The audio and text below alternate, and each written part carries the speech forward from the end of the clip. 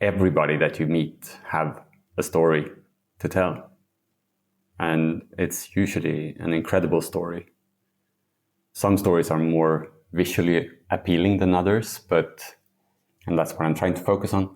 But you shouldn't count people out, because everyone has something to say and something to share that is valuable for the world.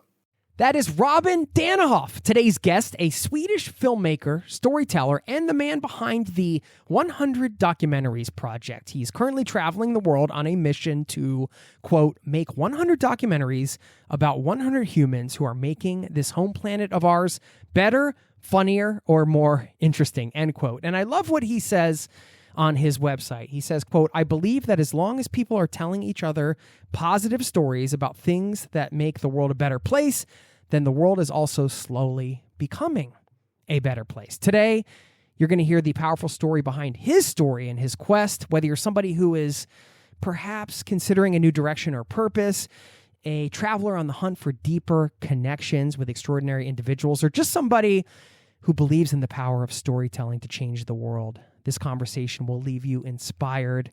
Let's get into it. Thanks for being here, and welcome to the Zero to Travel podcast, my friend.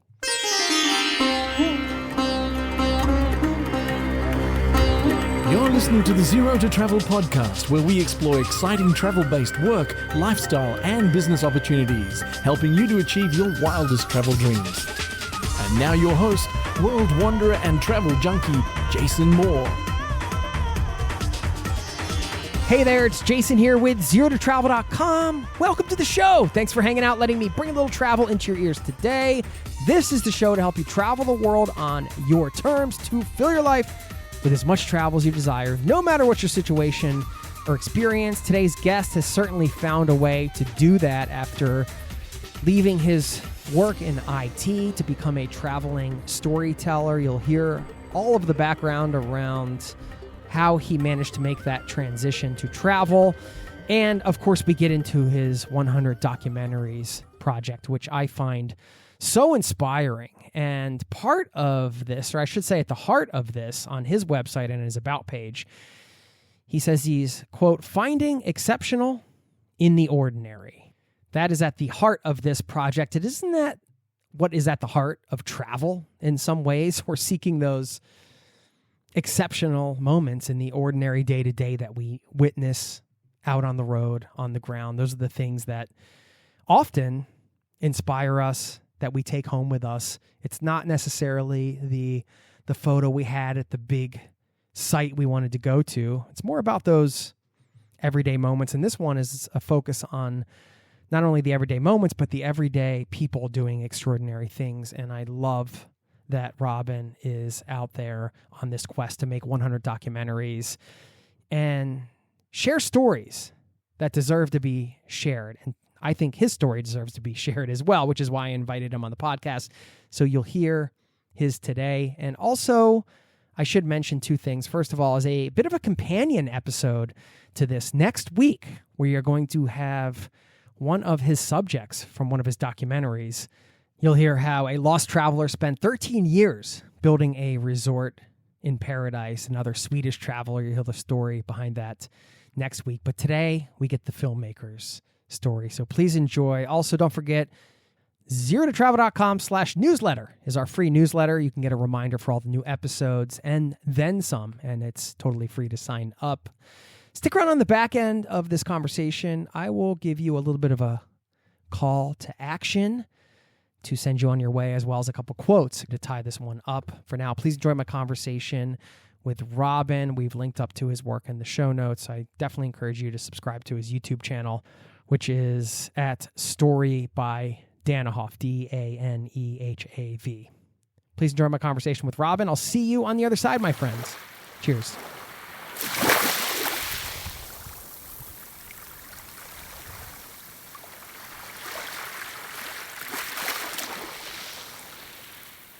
Robin Danehav, welcome to the Zero to Travel podcast, my friend. What a pleasure.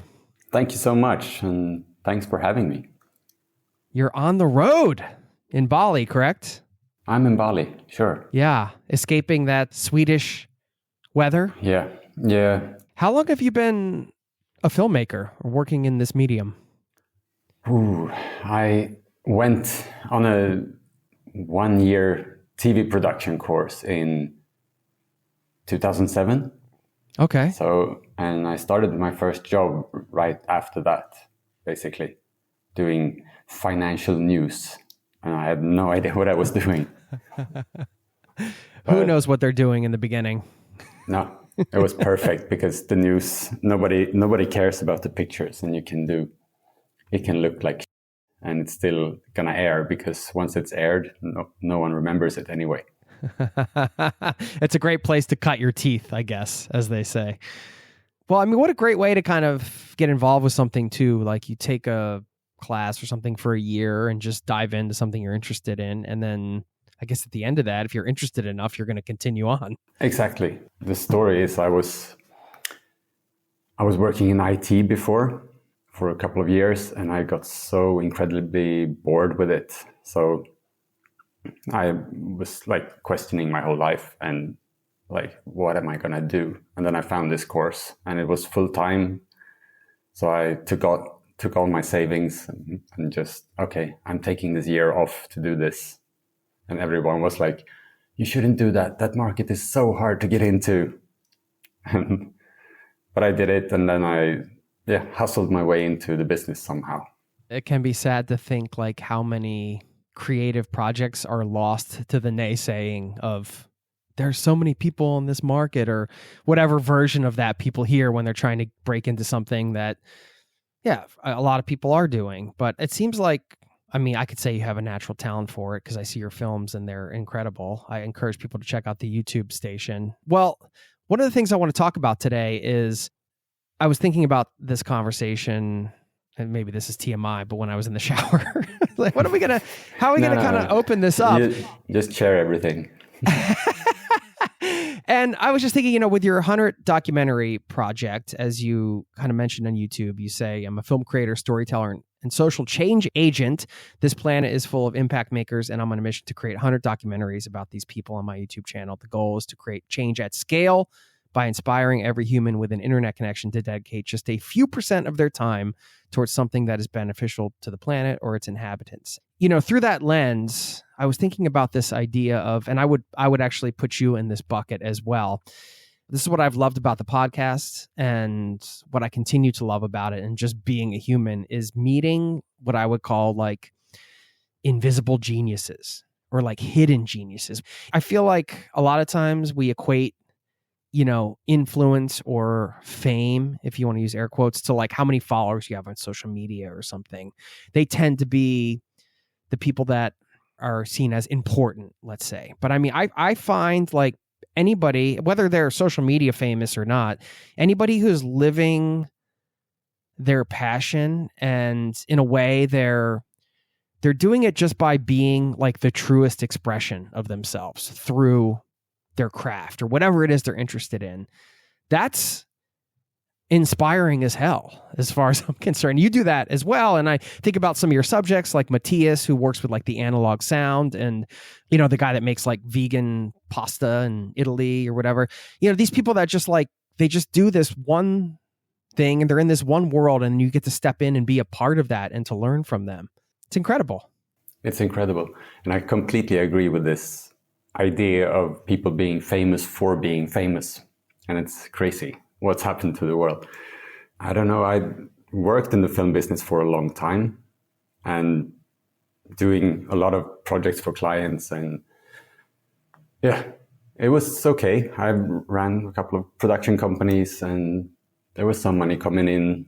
But at some point I was like, no, I need to start making my own stuff, because I needed, on that thing you just said, I needed to feel that I was contributing somehow.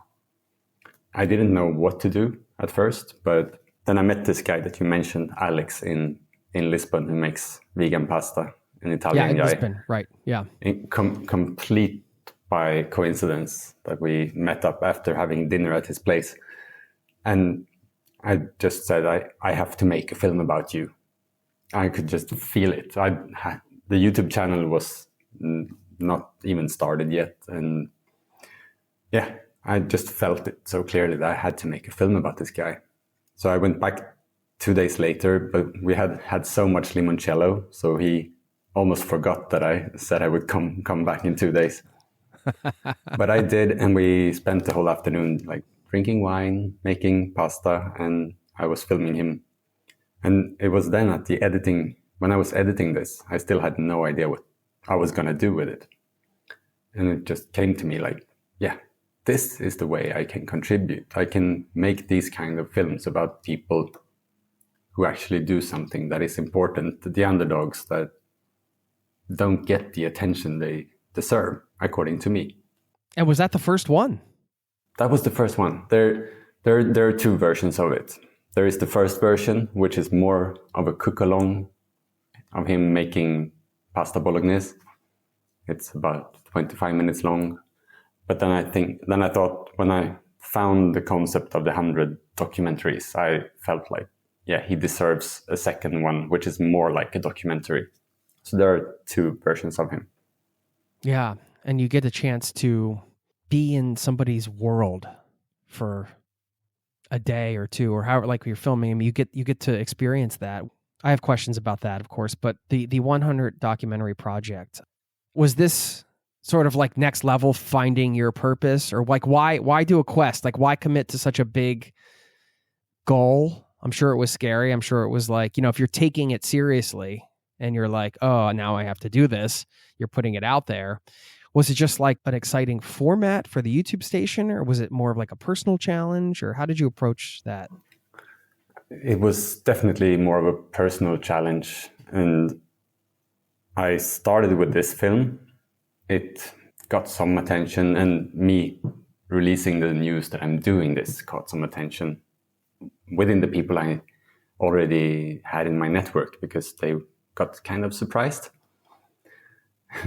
But I spent a lot of time trying to figure out how to do storytelling for YouTube, because it's completely different than making films for different businesses. You have to catch the audience in a faster way and keep them there to make it work. And this is a skill that I didn't have at the time. So I made a couple more films in this category, shorter, like 5 to 8 minutes. And out of that, I, like 6 months later, I decided, oh, screw this. I'm going to commit to making 100 films. Because I needed like a big goal to communicate this. And the biggest mistake that I made was that I had heard in some podcast like a week earlier that if you set the count at the number you want to go to and count down, you're much more likely to reach your goal because you can see the end of it. Okay. So I started counting down from 100. So the first film in the series that I released was number 100. And this is really hard to communicate and really hard to keep track of yourself. I think I'm working on film 92 right now. Okay, yeah. So you're early on, because I thought you were done because I saw the 100 and I was like, oh, yeah. Wow. But this is great because you're just at the beginning of it. Yeah, I'm in working some ways. on the eighth one. Yeah, 8 documentaries in. Is the quest kind of living up to your expectation of what you thought it would be? Yes and no. I thought it was gonna be so much quicker to gain a lot more attention than I've done so far.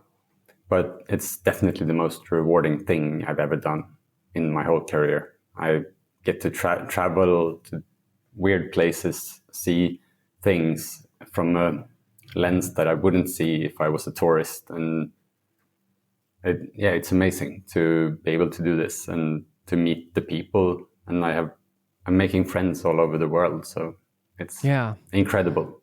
Yeah, and the subjects are, it's key to that concept you mentioned for the project, which is, dedicating just a few % of your time towards something that is beneficial to the planet or its inhabitants. And you think about the vegan pasta maker. I'm sorry, I can't remember his name. Alex. Yeah. Alex, yeah.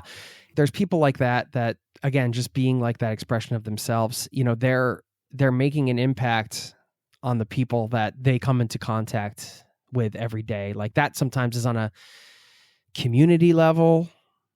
You know, it can be on a bigger level in some cases, but like the YouTuber that makes the piano, turns the pop songs into like these incredible classical piano pieces and makes these incredible films. That one really sucked me in. What have you learned yourself from having these conversations and like diving deep into people's worlds like that? Ooh, I've learned so much, but I think the number one thing is that everybody that you meet have a story to tell. And it's usually an incredible story. Some stories are more visually appealing than others, and that's what I'm trying to focus on. But you shouldn't count people out, because everyone has something to say and something to share that is valuable for the world. Yeah. I think that's the number one. What was one of the big things you wanted to share today coming on the show? I'm not sure. You're the host, man. Well, I mean, you are, I know the tables are turned a bit here because you're used to you're being on this side of the microphone, but you are one of these people now. You're one of these people that's, from a meta viewpoint, that's working on a project that's, I mean. Thanks for guiding me there. That must feel pretty awesome. The thing that I do want to share is my vision is that, like you said now, that some people dedicate their whole life to making change in one small field, but everyone can do something. Like if you're a hairdresser, why don't you give a haircut to a homeless person, or help someone across the street, or hold up the door for someone, or smile at someone that you normally wouldn't smile to. Just look up from your phone and in the subway and give someone a smile. I think if enough people start doing that, we can turn this crazy world around that's currently quite upside down. And that's the inspiration that I want to give by showing these people who dedicate their skill and their time to making an impact. It sounds like what I hear from you is that personally too, it's given you sort of a greater sense of purpose in some ways. Would that be correct? Definitely. I've been struggling to find my purpose my whole working life. It's been like, I work to make some money, to have a life. Right now, it's more like having this life gets me, I won't be able to bring this one home. Now it's like this purpose is giving me the life that feels more fulfilled. And then as everybody, I'm still struggling with financing this whole thing. That's the biggest problem, because I'm still doing client work on the side, which I now consider the side hustle. And this project is my main work. It just doesn't pay very well. Well, that's a subtle but important mindset shift, because practically speaking, this project is your side hustle. If you're looking at it financially. Exactly. But energetically, or whatever, insert whatever word here, I don't know what word you would use, it's not your side hustle, it's your main thing. And that's a total reframe. It is. And I think that came about a year ago, that reframe. And I've been, to try to compare it to something, I've been comparing it to people who are doing startups in tech or whatever. And then they finance it by consulting on the side before they get the investors and the thing rolling. So that's what I'm doing basically, but I'm doing documentaries. So it's kind of an unconventional way of doing it, but I think it's a great takeaway for people listening, because if somebody's listening and they have something that they deem a side hustle, they can reframe that from a mindset perspective, and it can still be the same situation. You can still have your main income and your project, but by flipping it, perhaps it may take the project to the next level because you're putting more into it energetically in some ways. Yeah, I in think a lot of ways, probably. Energetically is the right word to use, because that's what it feels like. I'm still putting a lot of time into client projects because I have to deliver some good value there.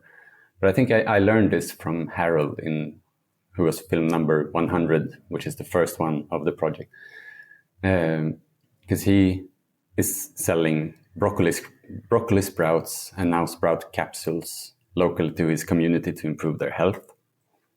And this is, just like me, this is his side hustle. He doesn't make a lot of income from it, but he's also working full time at a Irish tech giant that's not really Irish, but I won't be mentioning names here. Got it. Yeah. So this is the case for some of your subjects, I guess, too. Well, I mean, the tagline of your website is storytelling for a positive future. And I think that it would be an opportunity missed if we didn't talk about the importance of storytelling and your philosophy around that. I'm just wondering, for you as a documentary filmmaker, what makes documentaries storytelling unique compared to other mediums? To unpack that, we need to look at what humans are. And we very often think that we are thinking beings that are able to feel emotions. But I think that we are emotional beings that are able to think. So it's much easier to connect with people's emotions. And when they get the emotion, they are susceptible to the information that you're providing. And that is what storytelling is. It's connecting with people's emotions and taking them on this ride, basically. It doesn't matter if it's a Hollywood movie or a TikTok that lasts for 20 seconds. If it's a successful one, it will connect with some emotion to deliver a message.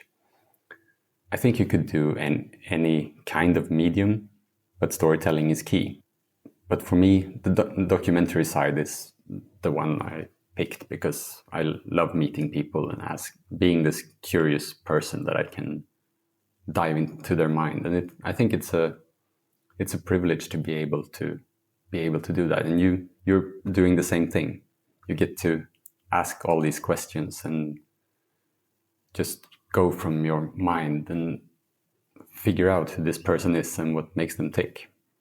And I think that is very fascinating to me. And when you've been sitting with someone for 2 hours and just talking and listening intensely to them, to internalizing every word that they say. I don't look at my phone. I try not to look at my papers that I usually bring, and just focus intensely on what the person is saying and just picking which one of these questions that pops into my head am I going to next. That connection that I build there is what I get off on. Yeah, it's a beautiful thing. You must be crushing it in person there, because it feels like people are super comfortable and excited to talk about it. And that's no small feat when you're, I feel like audio is a cheap because, we can just have a conversation and record. But when you get cameras in front of people in person, that adds a whole other dynamic, which can make people clam up. It can make them nervous. And your job in this format is to get them to feel comfortable. Yeah, to the that's point the where main they're willing thing. to express their emotions. So how do you do that? Learning by doing. But I think the main thing that I need to do is, I don't know if it's a word, but undramatize the situation. Like, okay, we have this whole setup now. Let's just forget about it. And then you talk about anything that they feel comfortable with. And it's like, we haven't started yet. It's okay. We're just talking. And then you hit record, and hopefully they don't notice that you hit record, and you just start talking. Also, during the interview, I try to, this is weird, I try to beam energy from my head through my eyes into their eyes. I think it's a mental thing, but I don't know. It might work, but that's what I'm trying to do. And after I'm done with the interview, I'm usually totally spent. Yeah. And then because it's intense. it's really intense. Yeah. Yeah. So you mentioned the emotion being so critical, of course. Do you go into it with an idea of some of the emotions you want to capture? Is it about just hitting record and letting the conversation unfold naturally, and then seeing afterwards, okay, we see where the conversation went now. Now let's go capture the other elements of this from a filmmaking perspective. How much of it is sort of like intentional versus organic? I think about 60% organic. I usually have an idea on where I want to go, and story-wise, and then you have the character and how they're behaving in the interview. Some people are super difficult. They can tell the story on what they are doing, but when I ask them about the feelings and ask them to feel something in the interview, it's like they have this blockade. I'm one of them, I think. But then it's super hard to get those really emotional moments, and you have to keep asking and asking and asking, and diving deeper, and then go off on another topic and then come back to it, and keep trying until you get them to open up. That with some people that's super easy. With some people it's very difficult. Like the film that captured your attention about Martin in Bali. He was so nervous before the interview that he actually got sick the day before. We had planned to do it the day before, but then he got a fever and bad stomach and spent the night in bed, and when he woke up the next morning, he was like, do we really have to do this? And I think that was the miracle here, because he was so broken down. All his defenses were out. So when I put him in that chair and started talking to him, he just shared everything from his heart. And I think that is the most viewed film on the channel. So yeah, it matters. I love to hear the backstory of that. We're working on getting Martin on the show. That's how I found your work. The title of the movie, The Lost Traveler spends 13 years building a resort in paradise, and it's an incredible story. And you obviously did a great job, because on camera he seems just so approachable and natural, and just you feel like he's just being himself. And again, that's not an easy.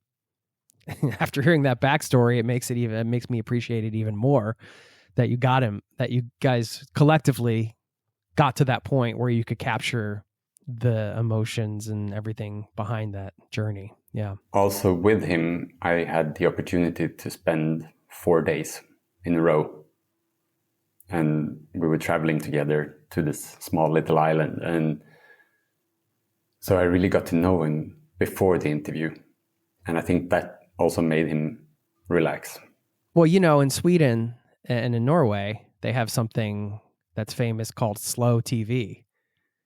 Like I read an example in the paper recently where they're going to spend about 520 hours just filming this one river area where the moose cross.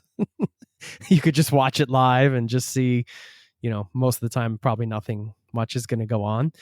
Maybe not 500 hours, but we could call this long form creativity, right? Like when you hear the backstory of, yes, you can come in and you can set up a camera and click record and then do something in 2 hours.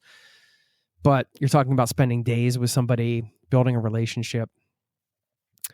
All of this is part of what you do. And I'm wondering if this ties in at all with, I know during the movie you made a journey into analog sound creation, which I found fascinating, with Matthias, this guy that has a studio in Sweden, and he just like makes all these crazy sounds with machines. And anyway, we could go into that. But one of the things you mentioned is that this is, quote, a story about creativity and integrity.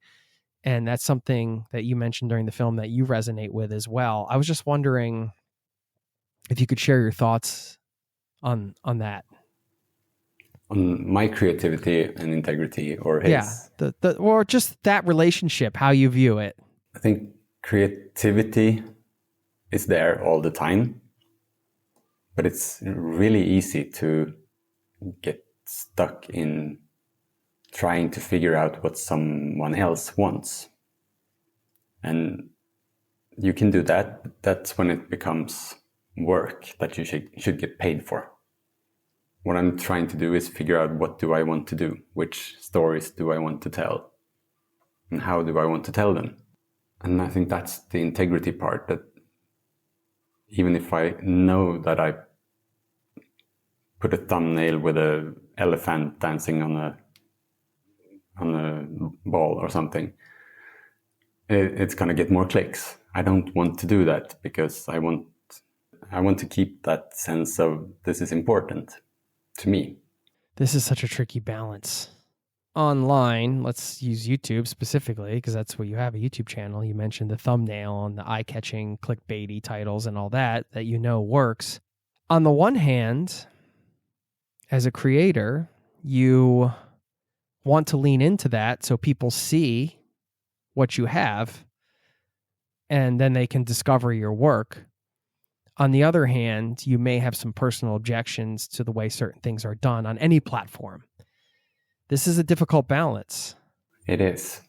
And I've been struggling with this thing, because optimally on YouTube, you want to have a really narrow subject where you repeat the same thing over and over again. And if you decide to do something about cameras, you only do things about cameras. And then your audience will find you and they will know that this channel delivers on cameras and I like that, so I will watch it. What I'm doing is I'm completely switching the subject for each film. So one is about broccoli sprouts, the next is about a sound studio in Sweden, and then we have building a resort outside of Bali. It's really hard for me to get the people that watch one of them to follow along to the next one. And I've figured out that the key to making this happen is that they need to get to know me and get to trust me, and that I will deliver something that is interesting to them. And that is the biggest struggle that I'm feeling right now, actually. Why is that a struggle for you?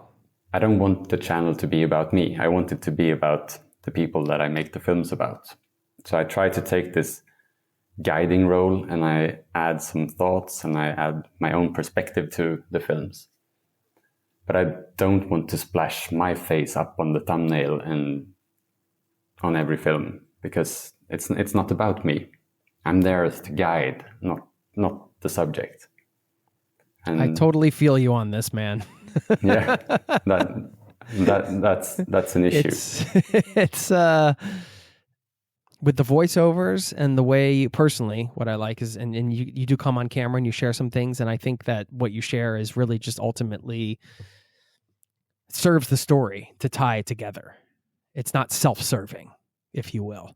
I mean, you can tell, I mean, this is one of the big reasons I want to talk to you. You can tell that this isn't about you trying to become YouTube famous or whatever. This is about just putting out quality work and helping make that positive impact that you're trying to do and trying to share through these stories. So I love that. And hopefully, if I play the long game, I will build the audience that understands this. And what I really dream of is for it to become self-funding through YouTube and through sponsorships or whatever. I'm working on the business model for it, but that has to come second. The content has to come first. Yeah, you'll get there, man. What about your creativity as it relates to traveling? And we could talk about, I know a lot of some crazy stuff happened in Uganda where you were filming pretty recently. We can talk about that. I want to hear some of those stories, some more of those behind the scenes stories. But you film sometimes at home. You're based in Stockholm, Sweden. So sometimes it's a subject that is close to home. And I'm sure you're going home at night and sleeping and doing, regular things that you do when you live somewhere. But other times you're somewhere else in the world. Like when you're in Bali now, when you were doing this film about Martin in Bali.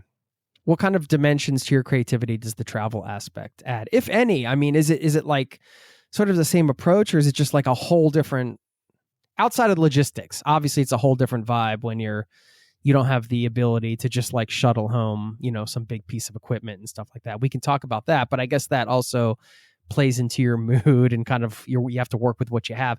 Can you share a bit about like the travel side of things when you're doing this? Yeah, the reason I'm on a travel podcast and talking about this is I think when I did the original inventory, when I was trying to figure out what I wanted to do, I want to make an impact somehow.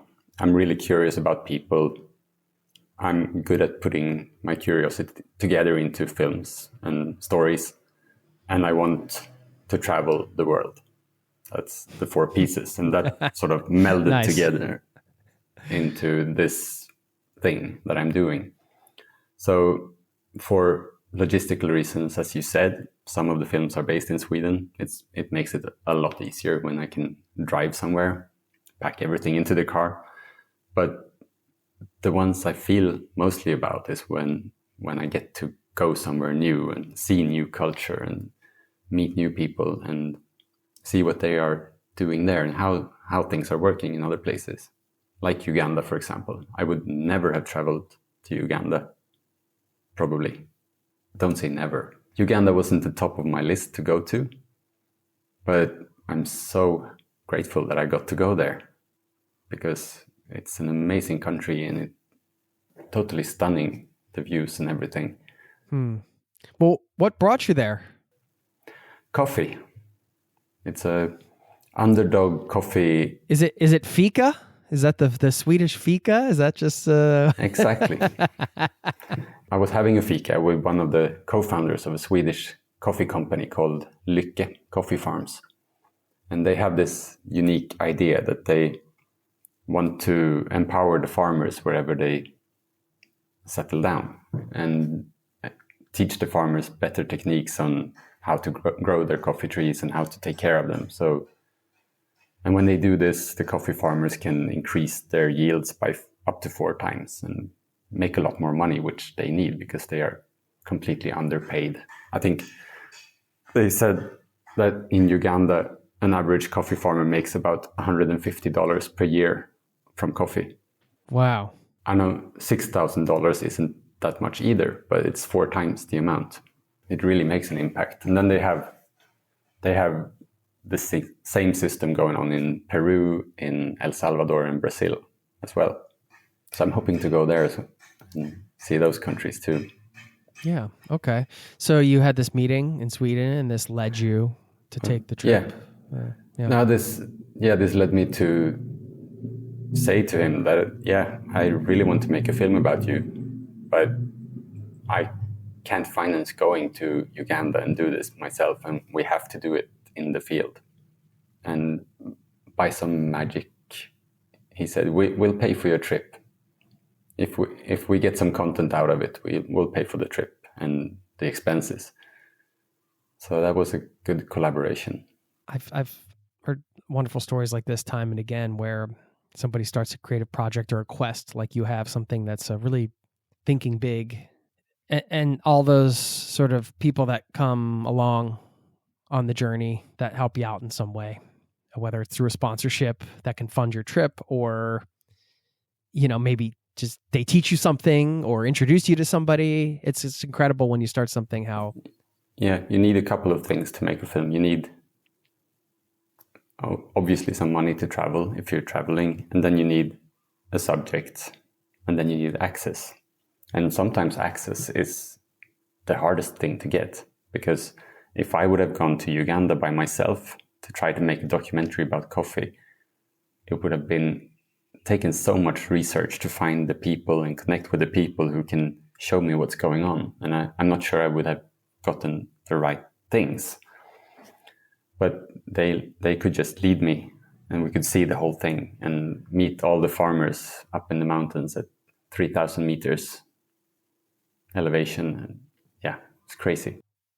As a coffee drinker, I imagine that must have been a pretty cool experience to see firsthand. Yeah, they deliver to Norway, so you can actually get the coffee. Amazing. you did make this film. Filming in Uganda humbled me in ways I never expected.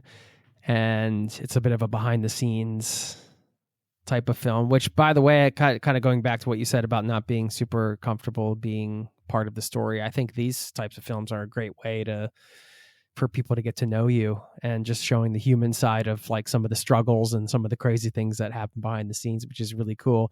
But you said it taught you resilience in some ways. Yeah. Can you share a bit about the experience, what happened, and give us a little taste of what goes on behind the scenes during one of these things? Yeah, we arrived there late at night. We didn't see anything from the taxi windows to our hotel in the place we were just staying close to the airport overnight. And then we woke up the next morning, and I stepped out on the balcony of the hotel room, and I could like see, okay, this is Entebbe, which is a pretty nice town in Uganda. This is what it looks like. I'm actually here. This is crazy. And then we had some breakfast, and we packed all the things into this crazy Land Cruiser that was like 8 meters long.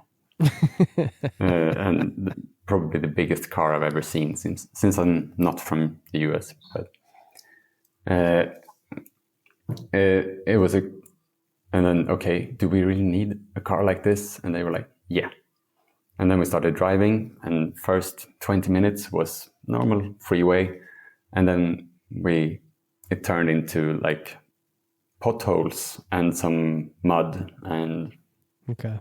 There were no trees, so that defined pretty bad road conditions, I guess. Yeah, it was. Yeah. The road was so bad, and we were driving on it for 8 hours to get to Fort Portal, sitting like this.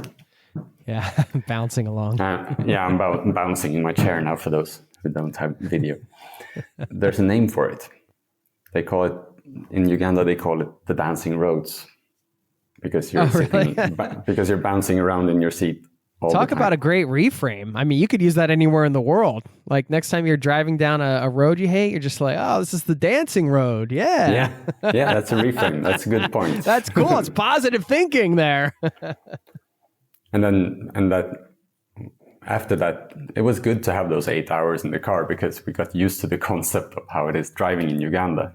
Because the distances aren't that long, but the roads are really bad. So yeah, we spent a lot of time in that car and driving to all these places that we were filming at. And there was so much happening all the time, and people everywhere. And one funny thing is when we were visiting one farm, and there were kids everywhere, and they were so interested in what we were doing, because we looked completely different than any people they've probably seen before. And we stepped out with cameras and technology. And when I launched the drone, the kids just went crazy.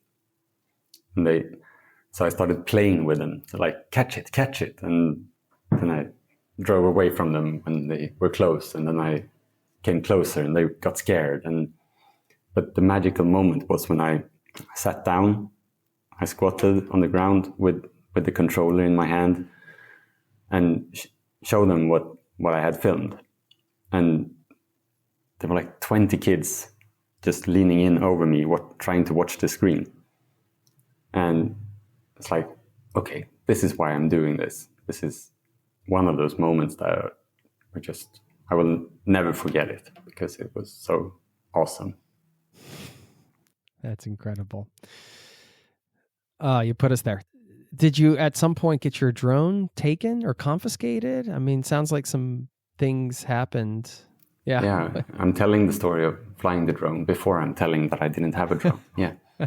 Yeah, we arrived at the airport, and we saw something about drones. You need a permit for them. But everything seemed fine. We were getting our bags and everything, passport and immigration, everything worked perfectly. And then there was a scanning machine on the way out after we got the luggage. When you get the luggage, you normally think that, okay, this is the last step. Now I'm just walking out. But not here, because you have to scan the luggage on the way out and put it through. And the officer was like, is there a drone in here? And we tried to play stupid and say, no, there's no drone in here. And just not trying to like look like we don't understand what you're saying. But he didn't give up. So he had us open the bag, and then he said, that's a drone. Oh yeah, sorry. And then I had to leave it in compound for the week. So I lost it. And I got it back on the way back, but I lost it for the week. But Deo, our local friend, managed to rent one for us. I don't know if it's legal actually to fly a rented drone even, but we had one. We could use it. Well, how do you deal with challenges like that on the road? Just adapt and overcome. That's the main theme of this trip, at least, because it throws so many things in your face that you're not prepared for. And when things like that happen, you just have to accept it and okay, this happened. Now, what do we do? How do we move on without the drone? Or maybe we have a drone. And things breaking down. Not the main camera, but the B camera broke down in the middle of a shoot. Just on the display, there were just red lines. So the sensor got fried. And we had a backup camera, so that was good. But the thing is that we were doing this documentary and we were filming for 1 week, and we were traveling there as tourists. And we could only pack into one suitcase each, and then our hand luggage on the back. And fortunately, they didn't weigh our hand luggages because they were totally overweight. What a pain carrying all that stuff. Don't you wish you could just snap your fingers and it would magically appear there? Yeah, the destination. But it's a problem every time. And then you really have to prioritize, okay, what do we really need here? Right. How can we make it lighter? How can we slim this? How often do we really use this little thing? And do you find some freedom in that restraint, or those constraints, I should say? I think so, because once you've brought what you brought, you can't go back and change it. So you have to work with what you have. And that's sometimes, that is a creative freedom sometimes, because you get to solve things in unexpected ways. If I'm doing a project in Stockholm, I can rent whatever I have, whatever I'm missing, or I can go back and get something that I need and bring a lot more stuff. And sometimes that's limiting you, because you can just do it by the book. But when you don't have everything, you sometimes have to do it off the book. Yeah. And that's more fun. For me, one of the biggest lessons travel has taught me is just resourcefulness, like how resourceful I can be, which sometimes I surprise myself in a good way. I'm like, oh, cool, I figured that out, because you kind of have to, in those situations. It's not perfect, but it gets done. Yeah. Are there some places you're excited to visit, like some upcoming documentaries you have planned, or just like dream documentaries in certain places, subjects? Yeah, what's kind of coming down the pipe for you, or what would you love to do? Coming up next is the full story on camera rescue. There is a short version out already, but it's a project in Finland where they decided to start collecting, restoring, renovating, and reselling old analog film cameras for stills. And they made a commitment of restoring 100,000 cameras, and they're now up on almost 300,000. So me and Isak, we filmed it last year in May, but the editing time has been quite limited, so it's coming out now within the next month. Wow, okay. How many hours do you think you put into one of these? I mean, it's hard to measure, I'm sure, but... It's super hard to measure, but like with everything, you can make 80% in 20% of the time, and the last 20% takes 80% of the time. I think it's a pride thing. I want the work that I put out to be up to my standards. So it's not like I don't need it to be perfect, but there are certain things that I don't cut back on. I'm working really hard with the grading and the sound design, but most of all getting the story right. And usually I don't get it right the first time. I think I do, but then last minute sometimes it's like, no, this doesn't work here. We have to re-edit it. And yeah, because once it's out on YouTube, there's no chance of re-editing it, or I can re-release it, but it's not that clean. Right. You have to kind of just move on to the next one. Yeah, exactly.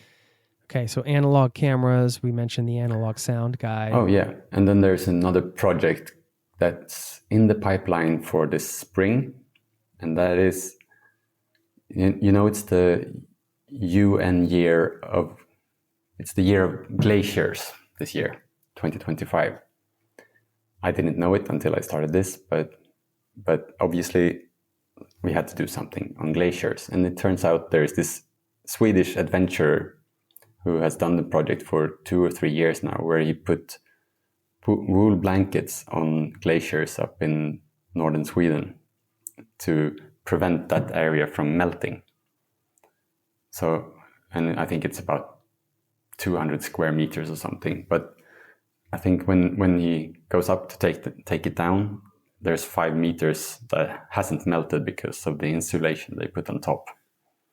He's probably going to do it again this year. So hopefully we're going up in April to film when they take out the blanket and sew it together on the glacier. So in that case, is the story idea to kind of use that as a sort of microcosm of the greater problem and kind of as a way into that discussion? Exactly. The idea is to use his life story because he's done so many things. And that is an interesting story in itself. And then we can talk about this project and about glaciers and how important it is that we find a way to stop them from melting, basically, because we need them. How do you balance the screen time and the not screen time? The unscreen time? Yeah, that's one of my pain points for sure. Because in a perfect world, I would have, well, maybe 50-50. But I think now it's more like 95 screen time, 5 out filming. Because you're doing everything. Editing. Yeah, it's me, and then I'm working with a guy called Isaac, who is helping me out in this project, and that's been so good because we can team up on the editing and the filming. But even for 2 people with client projects also going on, it takes a lot of time.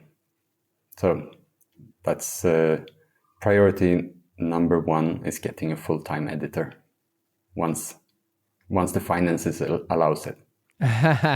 Well, there you go. I mean, do you want to let people know? I mean, people are listening to this. They might have some connections to some interesting people that have stories to share, or maybe there's some editors out there. I don't know. Like, yeah, if you want to share where people can get in touch and things like that, or what would help you out, feel free. I want all the tips on amazing human beings who contribute to the world in some weird way, preferably underdog, and found their very special way of contributing to the world. And they can be anywhere in the world. I don't promise I will make all of them, but I want the tips.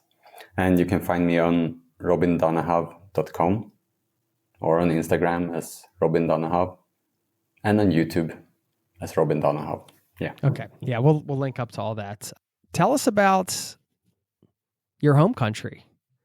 Would people want to visit Sweden? Why should we come to visit Sweden? What should we see?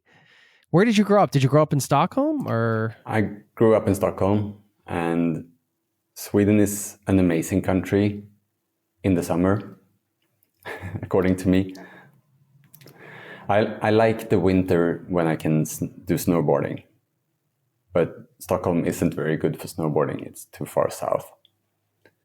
If you like winter, you should come between October and May. I'm maybe underselling it a bit. And then the beautiful time is May to September. And what would you recommend? Like, what are a couple of your favorite local sort of hidden gems in Sweden, whether it's in Stockholm or outside of? Well, the classical one in Stockholm would be going in the archipelago, seeing all the islands on a boat, for sure. But then there are so many things to discover. There's great restaurants and lots of water. You can swim in the city. Water is clean. Yeah, people are nice once you get to know them. They won't start talking to you, but if you start talking to them, especially in English, Swedes love to practice their English. So if you start talking to them in English, they will keep talking to you. Yeah, how should we approach a Scandinavian in the wild? Just ask them a question.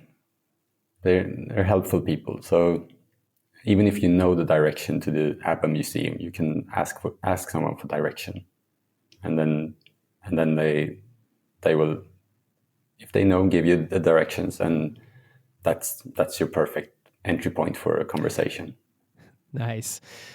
Yeah, it's a lovely city. There's a bit of a sibling rivalry, I would say, between Norway and Sweden. It is, yeah. But it's a love-hate thing. I don't know. Yeah. Explain that from your side. I think we're good.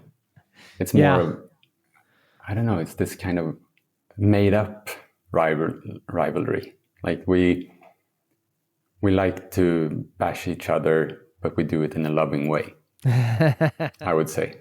Yeah. Because we usually, and Swedes really envy the Norwegian oil and the economy there. And all the beautiful mountains and the fjords and everything that's available in Norway. And we have nothing like that in Sweden. We have some good mountain areas, but it's hard to match the spectacularity of Norway. And I guess there's something the Norwegians envy in Sweden as well. Well, Norwegians have to go to Sweden to buy candy and beer and tobacco because it's so highly taxed. They do that. Yeah. They come back with trunks full of, you name it. You named it all already. Thank you so much for your time, Robin. I mentioned fika before we let you go. Can you explain what that is so people can steal this cultural concept? It's a wonderful thing they have in Sweden. Yeah, it's like, I guess it's another name. It's a name for having coffee with someone. And I think it also means that you're having something sweet with the coffee. And you're sitting down and you're actually talking to each other. So it's not when you bring a cup of coffee to your screen and sit down and work, that's not fika. Fika is when you do it with someone. So it's a social thing. Yeah. In person, hanging out, sipping coffee or a hot beverage and just spending time together. That's like a daily kind of thing at a lot of companies, right? Is it just more of the perception that... Yeah, I think at workplaces, at least traditionally, people would have dedicated times. Like, I haven't been in a traditional workplace for so long, so I don't remember. But I think it's like 9 and 3. That's fika time, and then everyone goes to the kitchen, have coffee, and sit down together for 15 minutes, and then they go back to work. And in some workplaces, that's religion. You don't mess with fika. No, okay. Don't mess with fika. Sounds like a great T-shirt. Yeah. And I don't think anyone has come up with that one yet. No, there we go. Trademark right here. Thanks, Robin. I really appreciate your time today. I will continue to follow along. Really enjoyed the films, and I appreciate you taking the time to just, share everything you did today. Thank you so much. I appreciate your questions. It was a nice conversation and really nice to be sharing this. Amazing. And thanks for the attention. Thank you. Thank you. Have a good one.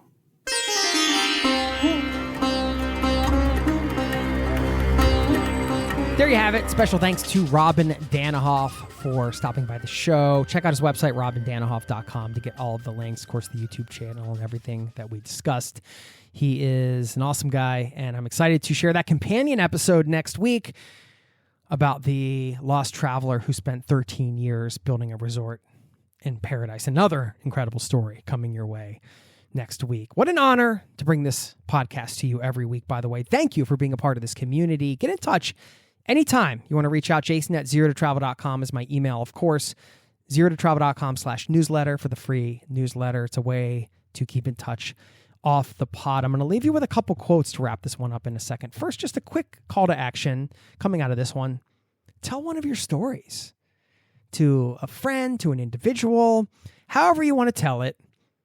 If it feels like a story that needs to be shared and needs to be told, and maybe this isn't something you do in the next 24 hours or whatever, but sometimes we have these moments where maybe somebody tells us something in a conversation and we feel like, oh, should we share this story? Oh, maybe it's too vulnerable.